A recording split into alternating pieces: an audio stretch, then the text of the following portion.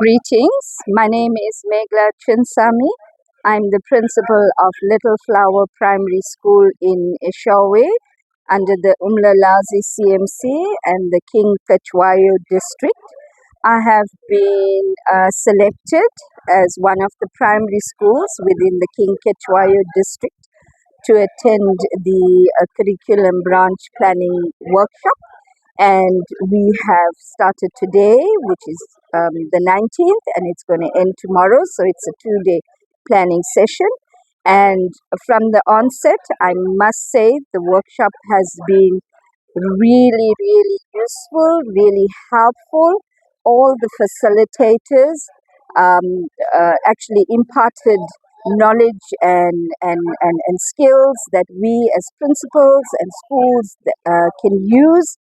And I must say, we are having critical problems with issues like reading and mathematics, solely because we have some shortage of teachers, some the lack of parental support.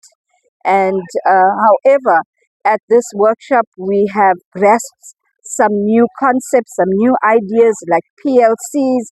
And the one aspect that my district director spoke about, Ms. Nzama, was the profiling of progress learners.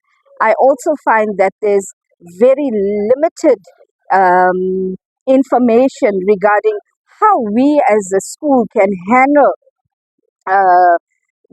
progress learners, but she has come across in the sense that she has assisted us in terms of how we as a school can profile. And another critical element that I have absorbed today was how we as schools, we sort of eclipse the data. We receive the data, but we don't use it wisely. We don't use it for the purpose that it's supposed to be used, and that is to review and to use it also to come up with new ideas and ways to improve teaching and learning and to improve learner attainment. So I'm finding this very useful.